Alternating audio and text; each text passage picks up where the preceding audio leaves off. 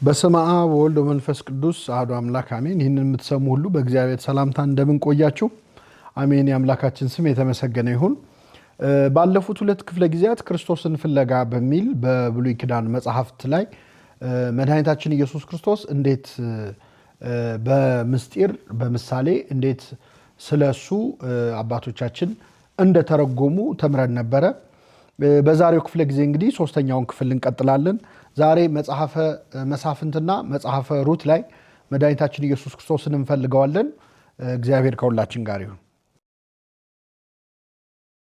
እንግዲህ በቤተክርስቲያናችን በግዕዙ መጽሐፍ ቅዱስ አከፋፈል 8ቱ ብሔረ ኦሪት ተብለው የሚታወቁ መጽሐፍት አሉ። 8ቱ ብሔረ ኦሪት ማለት እንግዲህ ኦሪት ዘልደት፣ እንግዲህ ዘፍጥረት የሚለው በአማርኛ መጽሐፍ ቅዱስ ዘፍጥረት የሚለው ክፍል በግዕዙ ዘልደት ብቻ ነው የሚለው። ዘፍጥረት የሚል አታገኙም። ምክንያቱም በኦሪት ዘፍጥረት ምዕራፍ 2 ላይ የሰማይና የምድር ልደት ይህ ነው የሚል መጽሐፍ ስለሆነ ኦሪት ዘልደት ብሎ ነው የሚጀምረው። ኦሪት ዘልደት፣ ኦሪት ዘጸአት፣ ኦሪት ዘኍልቍ፣ ኦሪት ዘሌዋውያን እና ኦሪት ዘዳግም የሚባሉትን ነው፣ አምስቱን ነው ብዙ ሰው የሚያውቀው።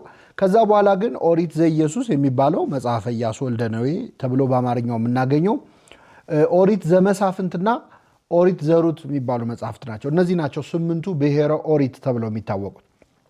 ስለዚህ በዛሬ ትምህርታችን የቀሩትን ሁለት የ8ቱ ብሔረ ኦሪት መጽሐፍት መጽሐፈ ሩትንና መጽሐፈ መሳፍንትን ክርስቶስን ፍለጋ እንቃኛቸዋለን ማለት ነው። እነዚህ ሁለት መጽሐፍት ውስጥ መድኃኒታችን ኢየሱስ ክርስቶስ ራሱን ልክ እንደቀደሙት መጽሐፍት እንደ ኦሪት ዘፍጥረት እስካሁን እንዳየነው እንደ ኦሪት ዘፍጥረትና እንደ ኦሪት ዘጸአት ሁሉ መድኃኒታችን ኢየሱስ ክርስቶስ ራሱን በታሪኮች ውስጥ ገልጿል። ያው አለፍ አለፍ እያልን እንጂ በሁሉ ታሪኮች ውስጥ ክርስቶስ አለ። ከመጽሐፈ መሳፍንት የአንዱን መስፍን ታሪክ ብቻ ነው የምንመለከተው። እንግዲህ እንደምታውቁት መጽሐፈ መሳፍንት የእስራኤላውያንን ዘመነ መሳፍንት የሚያሳይ ታሪክ ነው። ማለት እስራኤል በመሳፍንት መመራት የተገደዱበት፣ በእርግጥ የራሳቸው እጅ አለበት፣ በመሳፍንት የተመሩበት ነው። በአጠቃላይ እነዚህ መሳፍንት 13 ናቸው። የእያንዳንዳቸው ታሪክ የየራሱ ትርጉም አለው። በጣም የሚታወቁት እነ ጌዲዮን እነ ዮፍታሄ የመሳሰሉት ነው እንጂ በጣም ብዙ ናቸው መሳፍንቱ ራሱ። እነ ዲቦራ እነ ባርቅ የመሳሰሉት ሁሉ መሳፍንት ናቸው። እነ ሶምሶን እንደዚሁ መሳፍንት ናቸው። እና በመጽሐፈ መሳፍንት ውስጥ መድኃኒታችን ኢየሱስ ክርስቶስ በእያንዳንዱ መስፍን ታሪክ ውስጥ ራሱን በሆነ መልኩ ገልጿል። ግን በሰፊው የመጀመሪያ በዛሬው የምንመለከተው ሶምሶን የተባለውን መስፍን ከክርስቶስ ታሪክ አንጻር ታሪኩን እንቃኘዋለን። ሁለተኛ የዛሬ ትምህርት ትኩረታችን የሚሆነው መጽሐፈ ሩት ነው። ይህንንም እንመለከታለን ማለት ነው።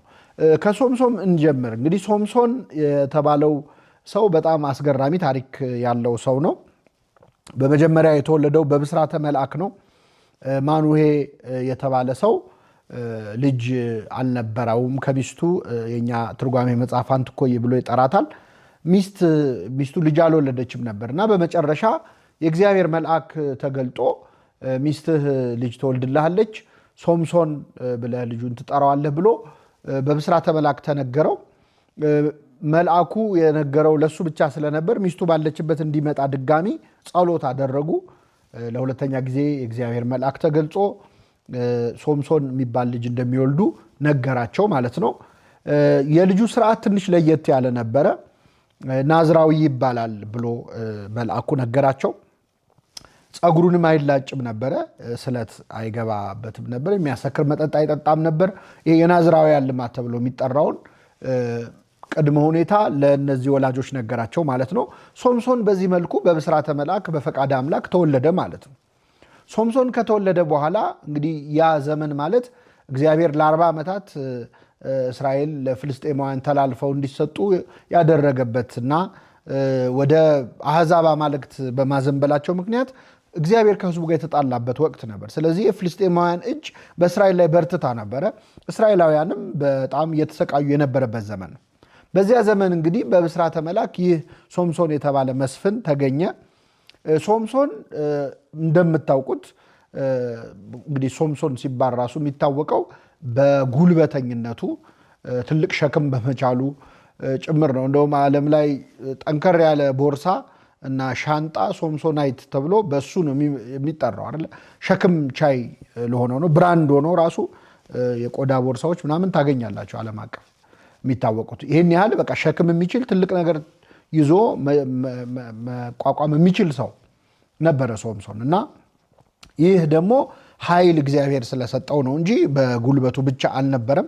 ኃይሉ ደግሞ የነበረው በፀጉሩ ላይ ነበረ። ፀጉሩን ፈጽሞ እንዳይላጭ እግዚአብሔር አዞ ነበረ፣ በመጀመሪያ ገና ሲወለድ በብስራተ መልአክ ማለት ነው። እና ሶምሶን በዚህ መልኩ በጣም ኃያል ሆኖ ፍልስጤማውያንን ቁምስቅላቸውን ያሳየ፣ ብቻውን እንደ ሰራዊት ጉልበት የነበረው ኃያል ሰው ነበረ። ገና በወጣትነቱ የእግዚአብሔር መንፈስ ኤሽታኦል በተባለ ቦታ ላይ ያነቃቃው ነበር ይላል። እና መንፈስ እግዚአብሔር ያነቃቃው ነበር። የሶምሶን ታሪክ በጣም አስገራሚ ነው። ትንሽ ሞገደኛ ነው። በጣም ብዙ ሕዝብ ጠላቶችን አጥፍቷል። ሶምሶን እንግዲህ የተሰጠውን ጉልበት እስራኤላውያንን ሲያሰቃዩ የነበሩትን ፍልስጤማውያን በተራው እንዲያሰቃያቸውና ድል እንዲያደርጋቸው ምክንያት ሆኖታል ማለት ነው።